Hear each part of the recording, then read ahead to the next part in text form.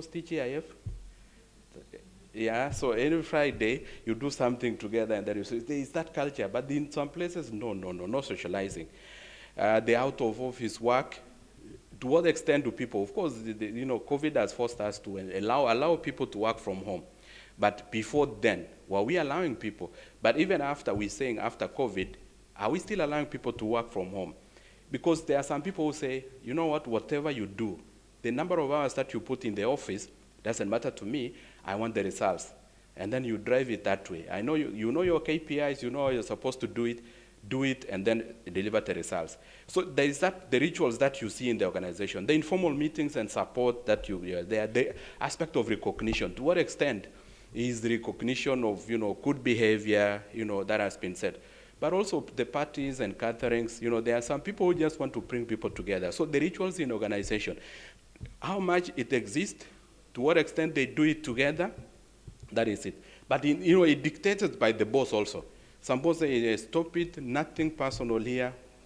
Enter in the morning, do your work, whatever you do outside, none of the business. But some people are taking interest in the employees. I want to know what you're interested in. If you're going to play golf, I want to ensure that you carry the brand of the institution with you. If you're going to do some activity anywhere, that is people now are encouraging people to do that. You achieve your personal goals at the same time, pride in the company. But the aspect also on the structures. What is the reward, scheme? How are people paid in your organization? The structure itself also needs to be aligned to the values that the organization, and it says quite a lot. But also the building the product itself, the aspect of training and development, to what extent are people, encouraged to attend trainings like this, or even do it jointly, bring a facilitator to do it. Communications, disciplinary issues, what is the process? But the things that can be seen also, your workplace itself, what does it say about the organization? I think the first keynote speaker did mention that the entering into your house, how does it reflect the image that you stand for? So the same with the setting of the buildings. I think you've seen, I think what we can use as an example is the banks here. You can see physical appearance of the bank from and they spend quite a lot in terms of the branding. When you're passing by, no mistake in which bank this one is and what it stands for. So the equipment as well that they use, the layout of the offices. Some organizations, they prefer people to work in an office like this. You partition a little bit, then you just said no disturbance, and then we are all in a hall like this. But some people prefer each person in their own locked offices behind the walls. When they are not there, you don't even know. But the design and everything. But how people also, the attire.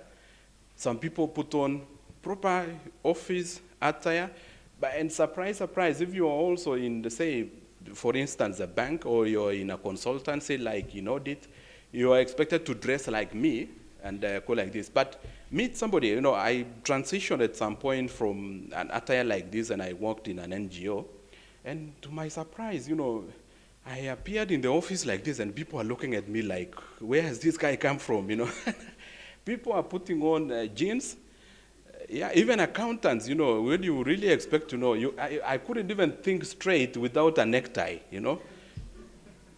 It has something to do with you, because if you've been brought up, an office attire has to be like this.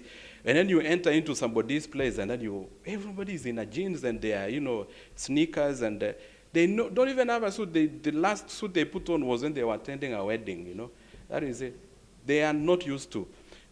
I'm used to being cleanly shaven, and then you find guys, they're having dreadlocks in the office. How? So it depends now with how people behave there and to what extent they're allowed, If you allow that is it. But of course, when you move, you need to really understand. So what are we saying? The work culture, what we are saying is that it is what makes your company unique. It is the personality. When I arrive in your office, what does it say about you? Looking at all those. But it also drives the engagement of the people, because at the end of the day, it is the people. It drives your engagement, and then also attracting top talent. Because nowadays, if you think about it, why would I want my IT manager to put on clothes like mine, Be free and dress the way you want. As long as I have, and you see also your youngsters, when you give them the phone at home, they are very quick and they do stuff like, you can't even imagine. So you see now, telling the first time I took my son to a high school, which they really required people to dress like this, when we purchased those clothes, he laughed, and I'm telling him, what's wrong with you? I said, what is this I'm dressing in? He had never put on a necktie, and he never imagined that he would one day actually dress like me. And that is why you can actually see the generation gap. Those guys, they will never get used to. To what extent you people in HRN, can you change the policies to be pro-generation? They call, what, is it Z now or what? Yeah, so you see now the way they behave and the way, but you see now, how you change the culture in the organization will also dictate, the attracting of the talent.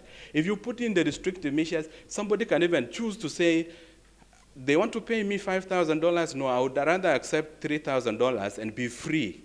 I can work from home, I can deliver my job, nobody dictates how I dress, what time I come into the office. That is the freedom they want. But if I tell you now, I want to pay this and I want 12 hours and you have to dress in this manner, strictly, tea time is this one, lunch time is this one, putting you in the boxes, like what the keynote speaker said, we're reducing you to that job description, 4 corners and this it. And even the way we are doing performance appraisals reflects that thinking, the old generation, instead of now going into what is the results that we are moving. The way we are even marketing nowadays, we are still moving into traditional advertisements instead of moving into the target market and the decision makers. By the way, it's changing. I think what we purchase in the house, it's dictated by my children, not me and my wife. It's them. So if you are actually a marketing manager somewhere, you better making an advert that will appeal to that decision maker in the house. Because they'll say, we are going for this. And you have to respect them. I say, it's okay, the kids have chosen, yours is just to finance it, and that's it. So you see now, we have to change the thinking in how we are seeing things, and you see. So the shared assumptions, the values, and the beliefs, that is manifested when you look at the organization. But inside you, they're single individuals. Because it has to be collective, but you have to see it from each individual. I like the description that one writer said, culture is the invisible hand, the true north, when you're in the compass, in giving you direction, it guides your organization. That is the real deal.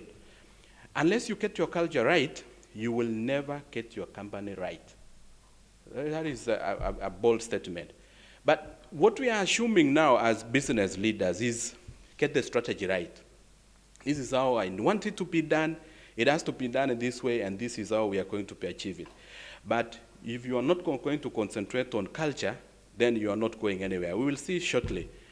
So I've given also a definition given by the Financial Reporting Council in the report that they gave in 2016, that you have all manner of things in terms of compliance to legislation, regulations, even the codes of corporate governance, but the spirit that is in the organization will dictate whether you succeed or not.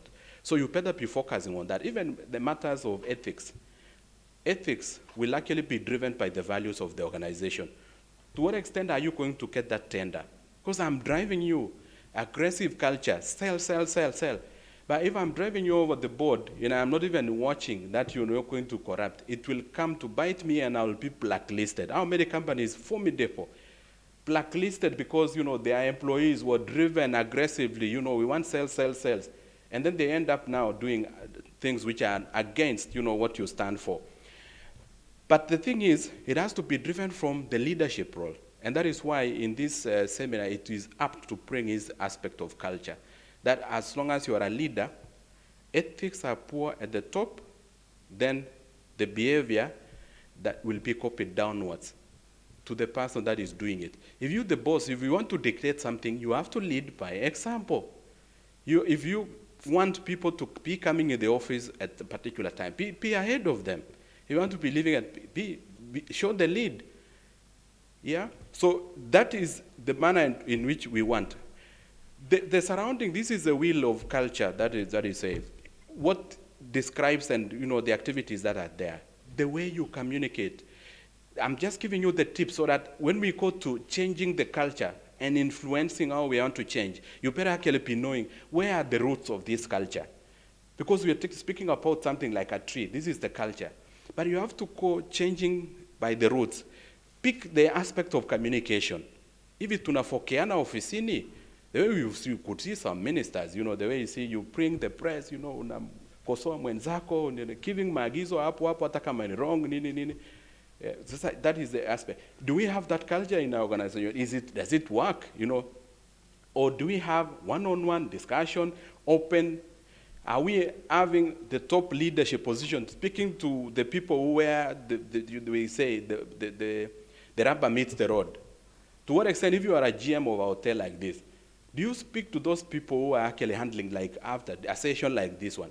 Do you have a session side, what went right, what went wrong, what feedback did you get, and how can we improve tomorrow? Do you have a briefing before the event and after the event? So aspects like those ones. So the aspect of communication does a lot in terms of influencing the culture and how people work. By the way, in some institutions, you can say there are some nasty words that you don't mention. But there are some institutions I've seen, people will want you and say, by the way, when you go to see the boss, he likes using the F word, so don't get offended. He doesn't mean it. And then you will get in there, you will hear the boss, bam, bam, bam, F, and then he comes out crying, and then he says, no, it's the way things are. He doesn't mean it. He will come out, and he has even forgotten that he said so. You see, side things. So you see now, it's the way you are. But you see, to what extent people accept that. One day you will say it to a customer, a key one, and then something will happen. But the performance aspect of it, see how it says about your team. The purpose, how do you set the purpose for your organization? The atmosphere where people work, the team approach, yeah? Also the organizational structure. How do you see, is it visible to the rest, and how is it? And then the reward and recognition scheme, which matters quite a lot. Let me not go through there because in the interest of time. But I like this one. When it comes to the components, there are three basic components in organizational structure. There is that aspect that we can see. The physical products of the aspect. That is the dress code when we come in there, the design, the layout of the offices, the jargons that you guys use. Because the more you stay together, you adopt a particular jargon that is completely unique. If you have moved from one organization to a competitor, you will realize there are some things we used to use on the other side that is only unique to there, and then it's not here. But you also have the design of the policies and the procedures. Some people like hanging on the wall, some, putting in it silently, speaking what. Those are the aspects that you can see at the top. But in the middle there is also the beliefs and values that are spoken about. The tone from the top management. What do they say in terms of, what is so important to them so much, Perhaps, they say, financial success, I want figures, no stories, People want to understand. Some we want to see how people are achieving, how are they trying. The social values as well. Is it bad for you to know the birthdays of all your employees? If you have 20, you have no idea even. You don't even know. Why don't you even think, well, like when they go for maternity leave, let me do something, and it sends quite a lot, of the message from the organization and from the top. Also, taking short or long-term view it is in terms of the perspective. But now there are deeper underlying assumptions that you say that is behaviors that is ingrained inside the people. So you have to only pick from individuals which are there. But it says something. Either you can sense this competitiveness in this institution, or a bit of laxity, Why do people like, you go to a certain hospital, like you can go to, a very nice hospital around here, and then you sit and wait, and then you see, guys, why are you behaving like this is a government hospital? Are we having a sort of an expectation that a government hospital is supposed to behave in a particular way or something? Or we decided that we know the culture of that place. Arrive there, wait for another 4 or 5 hours before we can even ask you what your name is. Yeah? So you have to see now the sense, pick the underlying assumption, that competitive aggressiveness. And you've seen, even when choosing the restaurants and pubs that you want to take 1 or 2 beers, you wait for the traffic to ease. You drive around and then you see some guys, waiting clearly, calling. You can see the sense of aggressiveness. And you can see, nikienda hapa, mara moja mbili nimeshaenda. Lakini ukienda kwingine mpaka unaketi wewe mwenyewe, unapanguza kiti, unashangaa, wameenda wapi hawa? Yeah? So that sort of, you know, orientation that you can see in the, but also there is that politeness, even in the facial expression. That politeness, you know, somebody will smile, and then you see the friendliness of even from the environment, the way, you know, they treat you. Those are the underlying assumptions that is driving the organization. And hiyo ndio inachangia pakubwa sana kwenye retention of the customer or attracting new customers. Ask yourself, what really drives people to, you know, let me say again for those who drink. You're driving around and then you find there are some pubs, even well classy one, very nice lit lighting and so forth. Lakini unakuta kuna magari mawili tu hapo. Una drive ingine, yani kuna magari almost 30. Na wewe unasema, siendi ile, hebu nitafute hapo, kutakuwa na kitu, watu wanafuata huko. You know, that is sort of, you know, it also informs immediately, even if you had no intention of saying, leo siwezi nikapata chochote, wacha niende nyumbani. Lakini you see, people are packed there, and then you go next roundabout unageuza na wewe. Hebu nione tu ni nini kipo huku. So that is the sort of aggressiveness that you can see. It brings others, you know, watu wanaletana because of that. So surrounding this culture issue in your organizations, kuna stories, you know, what do people speak about? You know, and I like this is a model given by Johnson and Scholes. They call it the cultural web. The story, what is the story in the organization? You know, you speak about what? You know, the success or failures, what are the heroes and heroines? What drives you so that when you are seeing? But the symbols also that you use, that is what they call it semiotics. But you also have the rituals and the routines. How do people do their stuff there, you know? Wanatoka sanga, because kuna wengine unaambiwa njooni saa 3, because haina haja ku struggle, you are not going to be productive, unaamka sijui saa ngapi. And what is who said that we must all work between 8 and 5 for sure? Who said so? Kwa nini wengine wasiamue njooni 11, laleni? Yeah?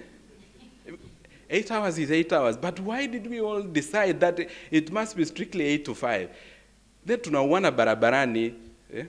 So those are the things. How can we try to be creative, but also involve people? How do you guys want this to be done?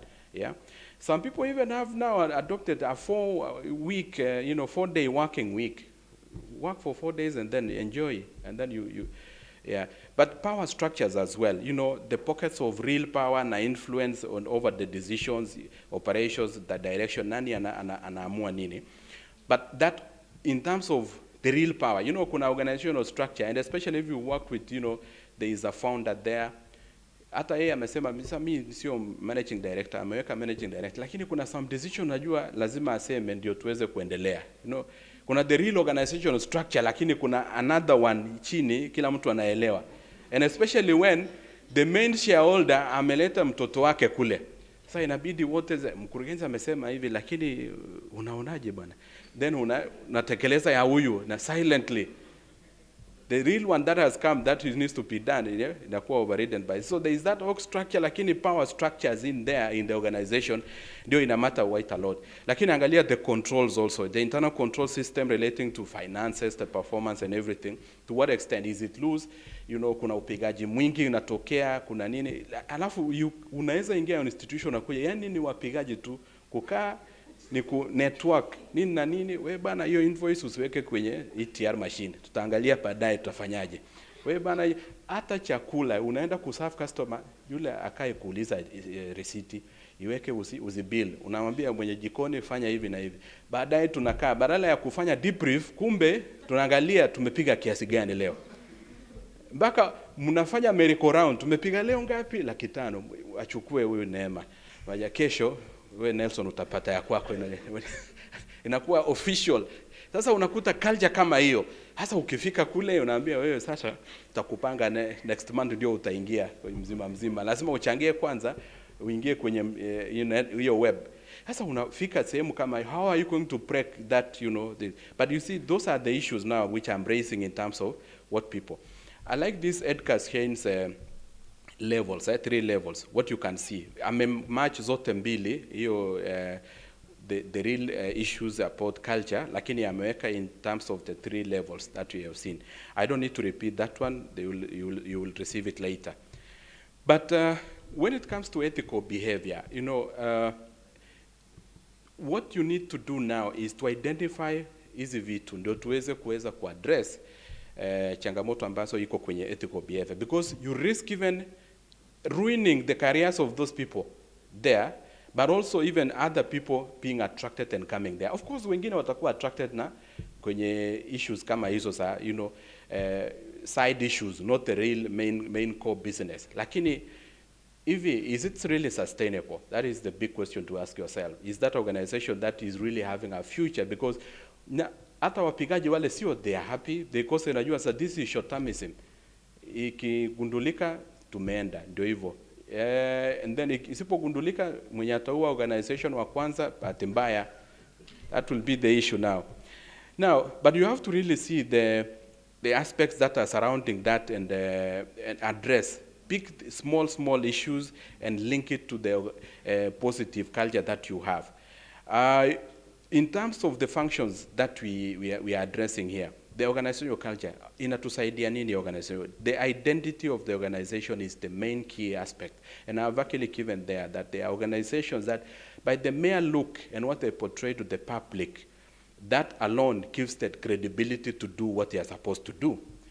But also it gives you the collective commitment, it facilitates collective commitment by the employees which are there. Lakini social system stability, because you have to see that is the basis at which your organization is actually going to be driven. So stability in terms of the social systems iliyopo on the ground, but also the sense-making device. It shapes the behavior by helping members make sense of their surroundings, kuweza kuelewa nini kinaendelea. I just decided to give you also here, there is somebody who came up with this web in terms of comparing the culture iliyopo kwenye organization. And in terms of, is it looking inward or outward, or also making it, is it stable or flexible? Stability in terms of rigid, it's not, I move sana, imesha setiwa and that is it. And I can give an example, government works in that particular manner.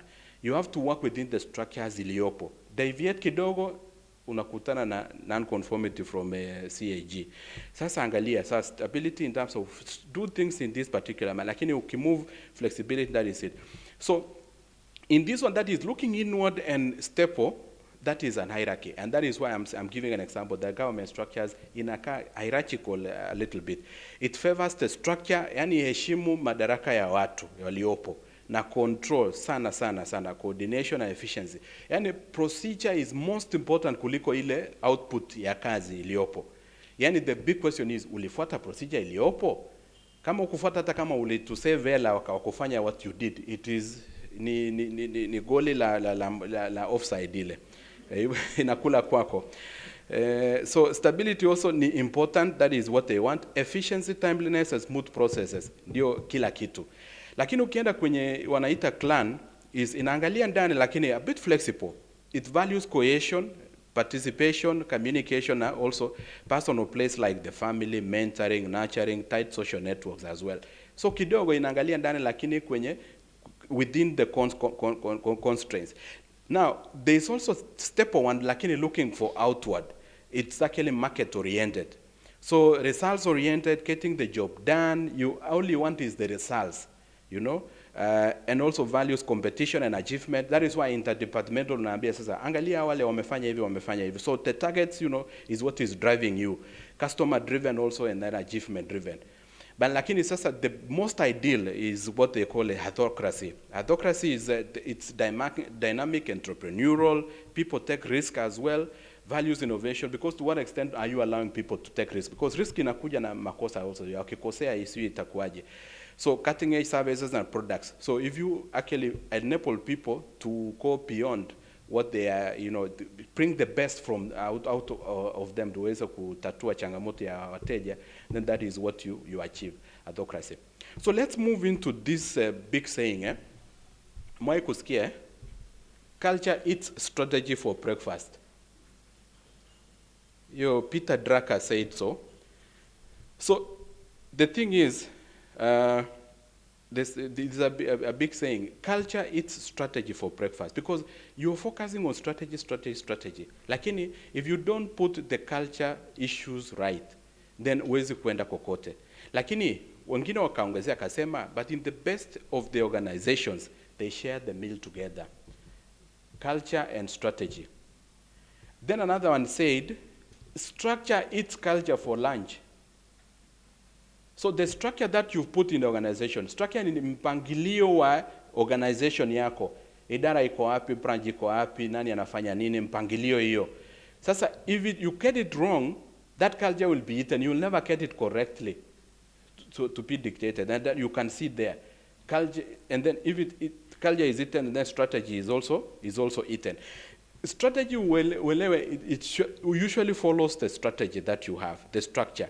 Because you set the structure first, the strategy I mean, then when you evaluate the structure that you have, because when you say the strategy is to move in this direction, then angalia structure nilionayo inaendana na ile strategy tulionayo, then uangalia sasa, review the projects and processes, then now determine now what is the future requirements for the structure tulionayo, ndio tuweze identify the options zilizopo, then angalia sasa tunasaidiana kivipi, and then organizational culture is also dictated by that, and then you get the desired as well. Let me skip that, and I also gave you there, I don't want to delve on it, is what the code of corporate governance. I like quoting code of corporate governance in terms of culture, lakini inahitaji directors waweze kuangalia the purpose of the company values and strategy, lakini you have to satisfy yourself that the culture is aligned to the two of them. I've also quoted the Financial Reporting Council. So aligning the three of them is what I said there.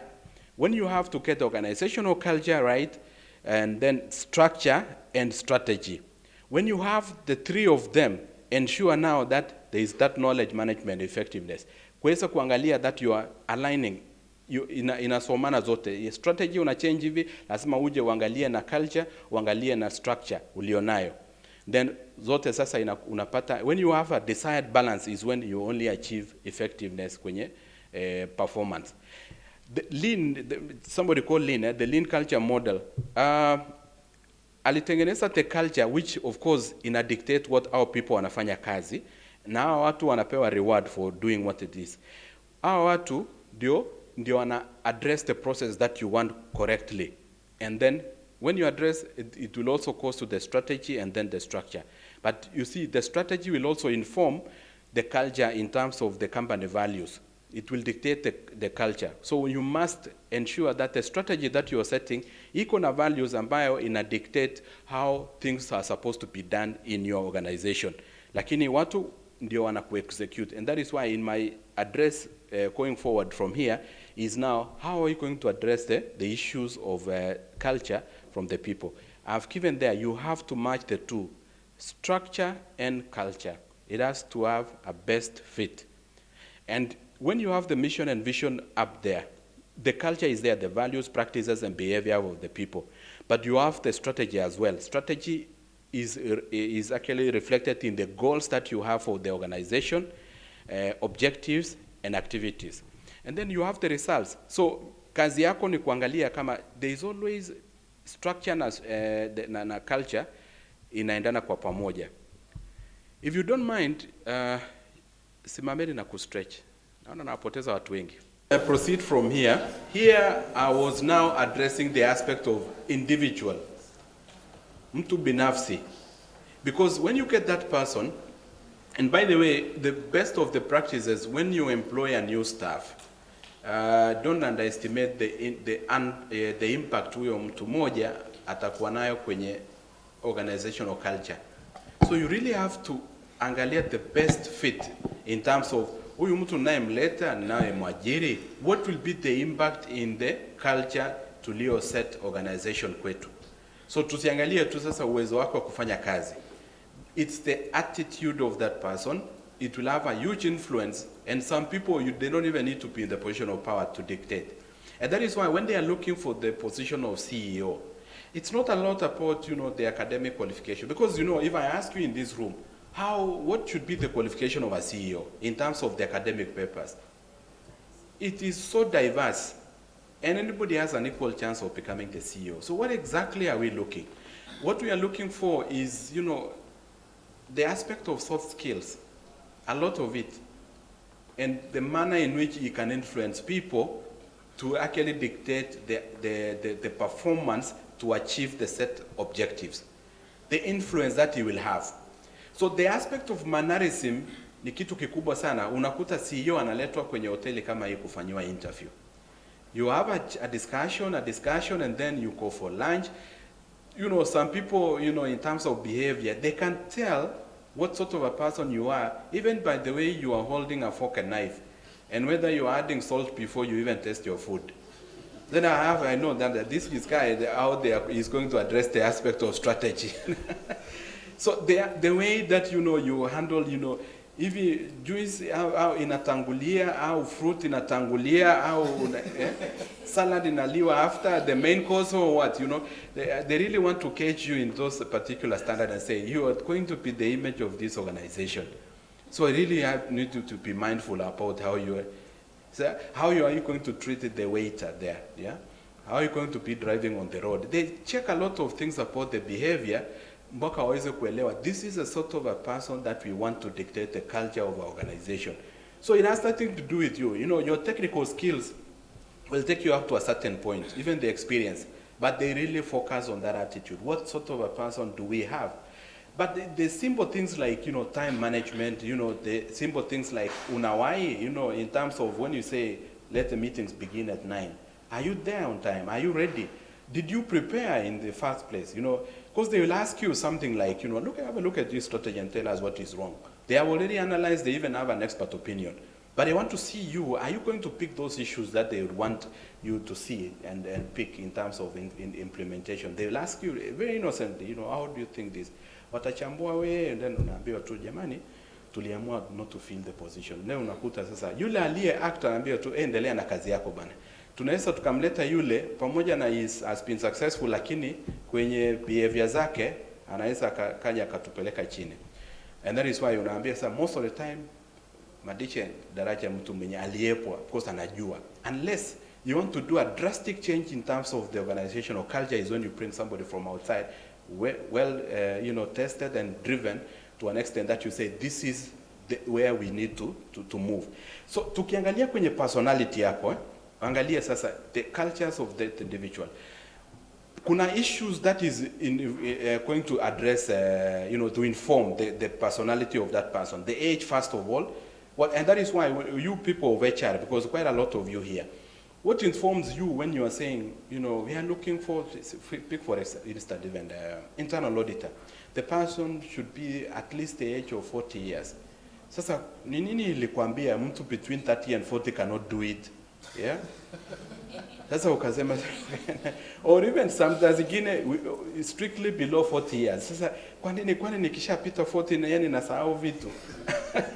Siwezi kufanya. So kuna baadhi ya vitu ambavyo yani lazima nyewe wenyewe muweze kuangalia. But it clearly informs from there. And that is why the aspect of culture and performance has to play around here. There is the aspect of race, you know, when it comes to, and most people can even focus to say, you know what, for that position we have to pick somebody totally different coming from a minority. Ndio sasa labda for instance kama internal auditor yule, ndio wasiseme sisi tukipick from hii community wataona kama tumeonewa wale wengine, anaandika tu report na target wale wengine, you know. So you pick with the normal, but it informs what you see. Pick mtu from a different ethnicity, sort of somebody from a different religion, yeah. So because it informs sexual identity for advanced economies, wanajua hiyo economic class as well, watu wanajua umetoka wapi na. So a lot of things really informs the personality of the person is where you come from, because by mere belief, and by the way, you will also be forgiven from the top. There are also some, because I like, you know, what Vusi said, you know, the truth. We saw that lens. What do you see? You know, it depends on what you are holding. What you are holding is also your value laden as a person. If I am Muslim today, I would tend to believe that Muslims will already give me the best, without knowing, you know. If I am even Christian, and I'm saying I'm perhaps a Lutheran, if you come to an interview and then I ask you, so what your religion, and then Lutheran, I've already taken 100% when the rest of the questions, even before I ask you, without knowing the halo effect. If I'm an accountant like I am, if I'm calling you for a certain position, I'm already thinking like, you know, a CEO should be an accountant.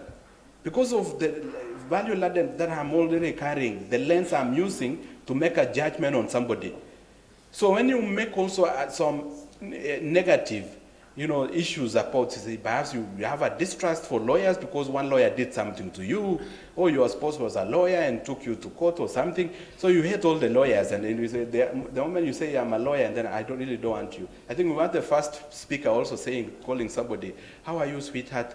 And then somebody really calls Pasak. Kumbe, you are evoking some issues which are value-laden. So that is some of the issues that, cultural sensitivity is what we said. Even, by the way, I've learned quite a lot here even in Tanzania. Even moving from mainland here to Zanzibar, there are some aspects in terms of you have to really be so sensitive in how you address the issues. Because you have to really be conscious about how people take things there. So, why are we addressing the issue of culture? The issue of culture is one phase of the organizational development. We want to move our organization from one point to the next. And in the description of these two gentlemen back in Bradford, it described the organizational development. They say first, they asked three components. It's a set of values, largely humanistic, you can see that, human, applicable to the behavioral sciences, and also open systems theory. Those are critical elements in organizational development. And organizational development, by the way, is a key component for leadership, for you to understand. You cannot cause change because you want transformation of your institution. Uwezi could transform watu kama uwezi kuelewa their background and really understand, what informs them in terms of the behaviors and everything. So set of values that you have, that humanistic, you have to be conscious about how people behave, behavioral sciences, and then systems theory. But now you have to see organization-wide because you cannot do it in silo, So, but the overall is that organizational effectiveness by way of enhanced concurrent in such organizational dimension as context. I think tuliambiwa na Vusi sana, context, that is external environment, what is really happening around us, but looking at your mission, the strategy that you have, the leadership, the culture, the structure, as I've said, even the information and reward systems of the organization and work policies and procedures. So that when you understand that is when you can now know which nuts to touch and to tighten, where you see. And I've given in the drawing there, you can see culture is at the bottom there, which drives the performance. Lakini leadership is at the middle in that drawing. You have people and then understanding also the personality, the self-awareness, beginning from the leader yourself.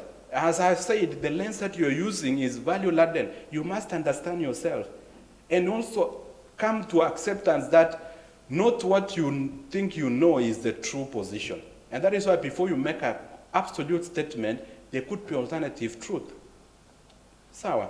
So lazima tuweze tunaelewa na tuwe tolerable in terms of flexibility. That is the only way that you can bring the best out of people. Otherwise, zile za juu kule, the vision, mission, and values will remain a pipe dream if you don't address. The core of this is leadership, and that is why this conference is all about culture. We are talking about leadership conference, and then we're addressing this aspect of culture, because before you have a performing organization and transformational, that is it. Why are some organizations succeeding na wengine are succeed when it comes to transformation now? So when we have clear vision and priorities, and also cohesive leadership team, so you have to talk about the teamwork up there. So that is in leadership. But also this leadership, in terms of decision making and structure also, they have to be clear roles and behaviors. Leaders wenyewe lazima waamue nani anaamua nini na iwe respected. Ikija hivi naambia bana kama amesema yule, that is the way it should go.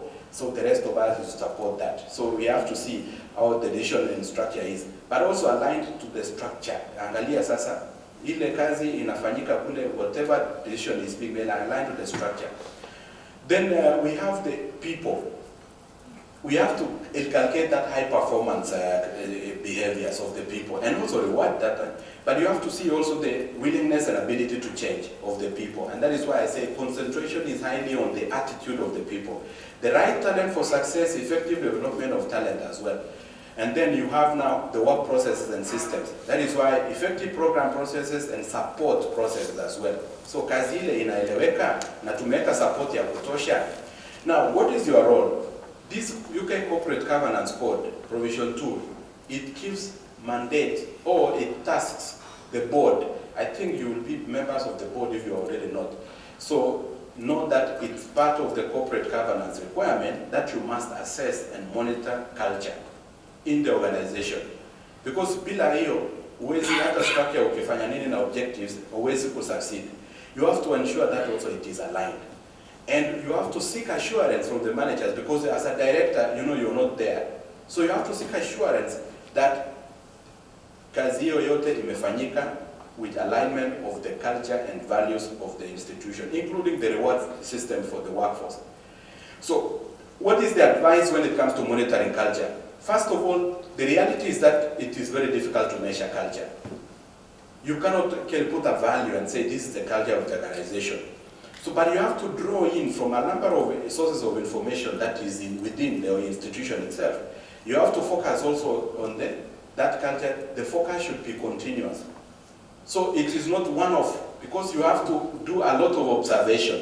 You have to be with people so that at least you understand. So what you need to do is to establish a benchmark against which future monitoring will be done. So tukisha sema, this is how we do our things here. Document it and say, this is how we need to see. So that even new employees, before we allow them to handle our customers, orientation and induction, that needs to be done. It has to be tailored. I've been to institution where for the first 1 month, sorry, you're going to earn the first salary without doing anything that is going outside. So even if you are an expert, because we have to teach you the way things are done. You can imagine if I've given an example of the Big Four. Huwezi kwenda tu kwenye Big Four alafu the next minute anakuentrust one of the key customers uende ukambajia kwa consultancy.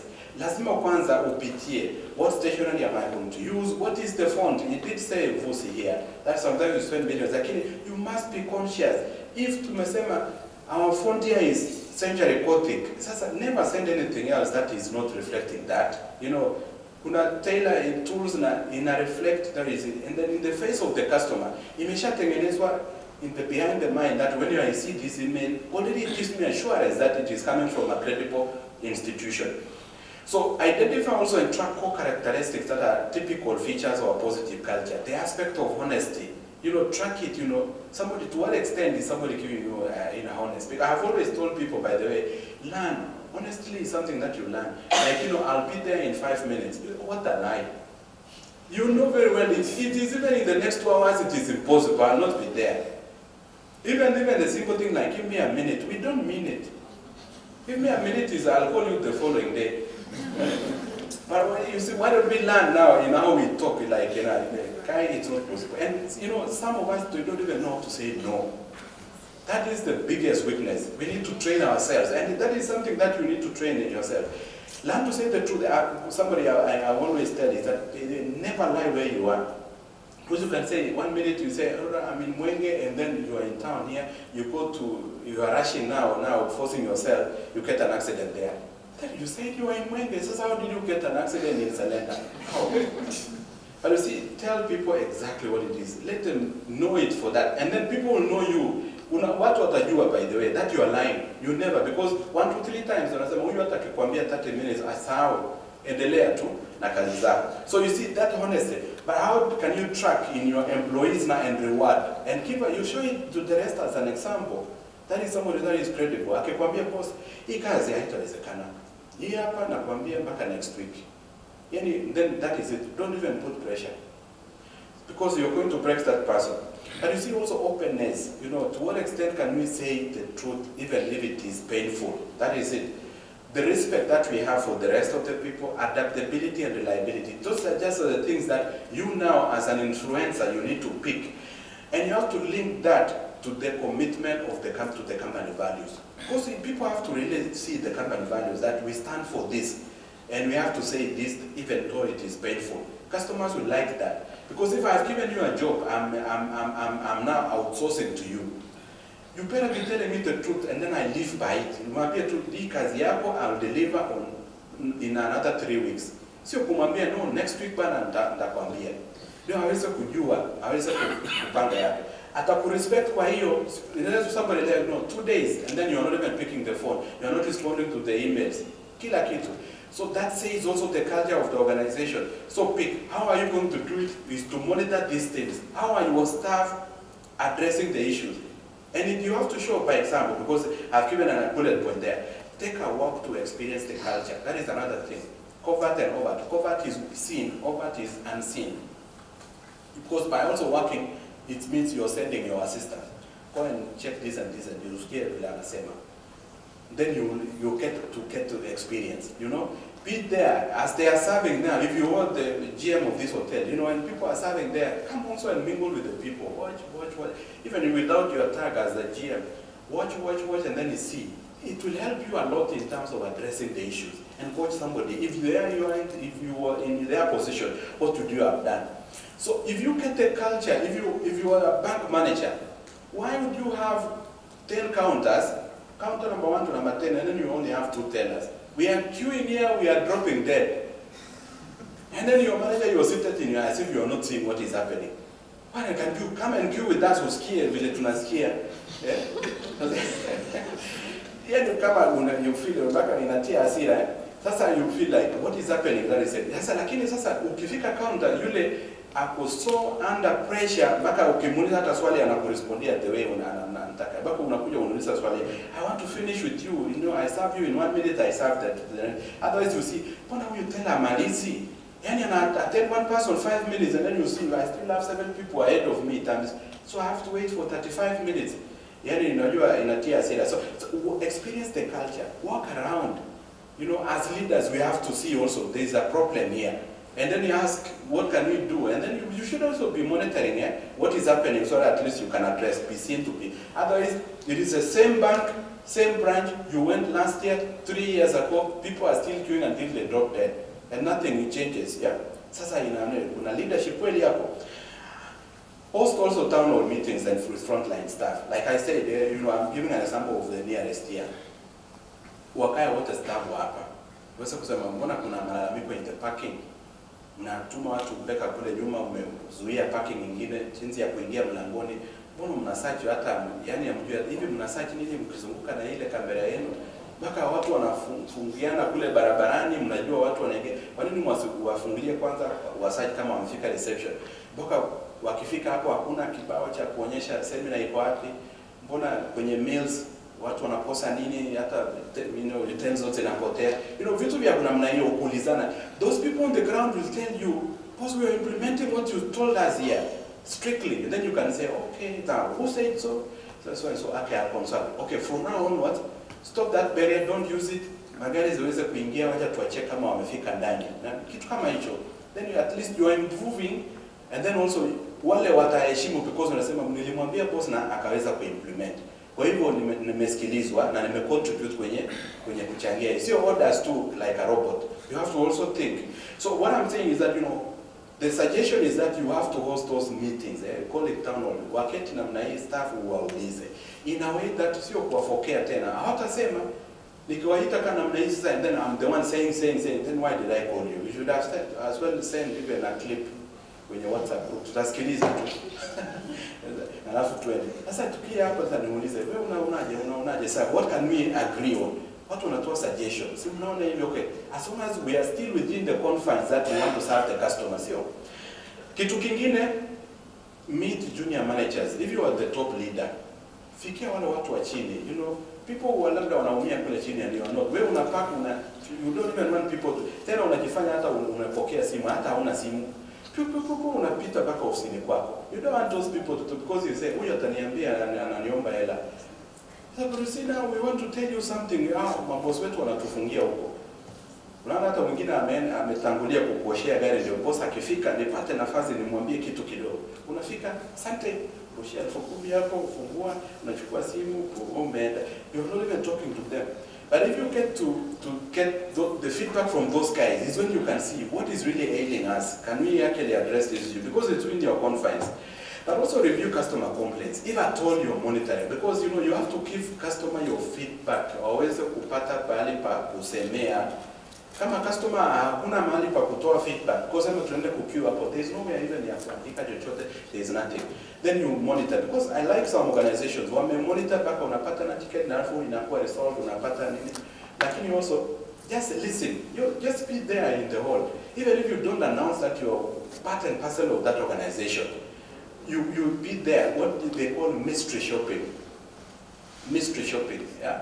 So be there with the people that they are consuming your services. Then uweze kuangalia staff wako wanafanyaje. Ukitembea kwenye branch, if you're moving to your branch, fika kule na before even upokelewe kwa njia officially, fika kule and then make observation. Make observation. When I normally go to branches, I normally go speak to the uniform guys by the time I introduce myself, hey, ameshaniambia mambo mengi, and then you say, haya sawa, naambia okay sawa, thanks for the feedback, na kesho ukiaddress, you know exactly what is the feeling on the ground on what is happening. But also check incentives, watu wanapewa na rewards na promotion, is it aligned to the values? Because achieve the results, but the question is, at what expense? Because it could be at the expense of our future. I want to still summarize and then we finish, to give you just a gist. Let me leave this and then you'll see. But what I was saying is that when you set the goal in terms of changing the culture, understand, work to figure out what the culture is, how to talk about it, and how it manifests in our organization. And that's to understand what is our culture like. But also do now a deeper understanding in terms of assessment. We've identified the critical aspect of our culture and are trying to figure out what is positive and what needs to change. So that is what, and then now the aspect of shifting. Shift, we have identified the aspect of our culture that we want to change, and we are working towards our aspired state. When you know exactly this is the desired state and how we need to change. Now, the 10th is that we've made a big stride on culture, and we are continually working to maintain the productive aspect of our culture, to ensure that you maintain the same. But you have to reevaluate, go and assess, is that what you desire? Is that what you want? Unapenda hivyo. Monitor what people are saying on social media, because customers now wanakimbia kwenye social media. Kuna baadhi ya watu unapokea sasa hivi, they become consumer ambassadors. And then you list your complaint there, unakikuta umewekwa kule. Pick those issues and address, and then in an open manner. Now, what I've given you a good, if it's something that you need to spend time on, is to kuangalia this slide. This slide hapa inakupa how are you going to influence mobilization of that culture that you need. On the left side, I've said that you have to need to define what in terms of the desired culture. What exactly do you want to see in your organization? And you have to raise this in your management meetings, and you say, guys, let's agree. How do we want our organization from the customer and from the public perspective, the people receiving the output from us? How do we want them to see us, in terms of the culture? Then now identify the current culture. So this is the desired state. So ask yourself, this is what we are doing. And be as honest as possible, about yourself. If you feel that you may not also, get the desired state, get even a consultant, talk to Kina Alex, they'll come and watch for you. They'll interview the people, and then they'll give you a report. And then you will see and say, is it me really? But it is your staff saying about you. This is where I ask these questions about you, the metrics about to gauge, and this is what you are saying. So you see now, this is the desired state, this is what is happening now. Now we identify and analyze significant gaps, the two of them, between the two. Then what we need to do is to plan. When you have, and this is a model that you use in anything. When you're given to a new position, today you are promoted to this, or today you are shifted to another branch, or even you get a new job altogether. Do me a favor and do yourself a favor. Can you do a gap analysis? This is what I want. In the first 100 days in your office, what do you want to see? So first of all, this list what you need. Then angalia on the ground, what is there? Then you do the gap analysis. Gap analysis, it will show you now. Then come up with a plan. We need to do this by when, resources that are required, and this is then communicate now the new culture and the steps being taken to manage it.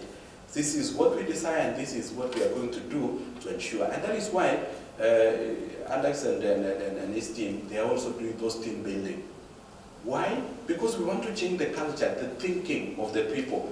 It's not like just bringing people together. We want to align, People have been so busy. Can you detach and then come? And then we talk to you on how to achieve certain things. So also monitor implementation and desired culture, and update defined culture management plan. So always it is a continuous process. So if in the practical aspects, I've given you number 1 to 10 there. When you see you work with and within your current cultural situation, change behaviors and mindsets will follow. You change the behaviors, mindset will follow. How you do, drive yourself to say, this is what I want. And I've said, lead by example as well. Focus on critical few behaviors. Angalia to what exactly do I need people? Waonyeshe, how do we have those people to smile, to the customer? First of all, that will change everything, yeah? So when you focus that, we want that, or it's a friendliness, what we feel, that is what you need to focus and then coach those people to do so. Deploy now your authentic informal leaders. Informal leaders in kila kitu kwenye, those are the people who will change the story that you say. They will have a side meeting and ukisha identify wale viongozi wao kwenye ile informal meeting, it's not to fire them. Have one-on-one and then tell them exactly what needs to be done. Ataenda kuambia wengine, nyie hamjui, boss anataka hivi na hivi na hivi. Na itakuwa na influence kuliko mimi niseme ikiwa hivi. So those informal leaders, those are the people who will actually drive and ensure that you achieve. But also, don't forget the formal leaders, the people that are in the position. If so and so is head of something or the branch manager ya wapi, hakikisha yeye yuko aligned as well. You have to link the behavior to business objectives. You have to see this and this, and then reward as well. Demonstrate impact quickly, and then use cross-organizational methods to go viral. You see, and then align pragmatic efforts with behaviors, and actively manage your cultural situations over time. Mara nyingi tunaambiwa, if you want somebody to change to become the person that you desire, you have to treat them like as if they are already behaving that way. Hata kama mtu amekosea, unajua, mpongeze for the opposite. Then already umesha reprimand. Yeah. So mtu ataweza kupata sio kumfokea tu. So ataweza kwenye wacha niruke hiyo. So kwa kumalizia, entrenching desired culture. How do you do it? Cultures perpetuate themselves through socialization, because we are social beings. Particularly when new members to culture, wale wanaoingia are either reprimanded for violating the cultural norms, or they are rewarded for assimilation. I like those African kids. You can see the way they are together. Yeah, wanaletana pamoja, alafu those are the stories that that is when you create a similar thinking in how we are going to perform. Very fantastic picture. And then move into the ethical world now, in terms of the behavior that we want. Commitment for excellence, those are the positive things. Law abiding as well. Honesty, those are the things that you need to really picture. The respect for others in the institution, loyalty, and accountability as well. Watu wanajibika kivipi? Reputation and morale. The aspect of leadership. Are they leaders in their own right? The aspect of fairness in terms of the decision in the institution. That the concern that people are showing for the rest. And you have to train them to do so. But integrity as well. Promise keeping. At least, we need to learn to say. In conclusion, what have I said the whole afternoon? I've said company culture contributes to employee happiness. And the opposite is true as well. If the culture is not right, then people are not happy as well. But when you have happy employees, they are more productive. Then there is a study that was done by Fortune 100, best companies to work for. They say that businesses where employees enjoy working experience, there is reduced turnover, there is also high customer satisfaction, and consequently, better financial performance.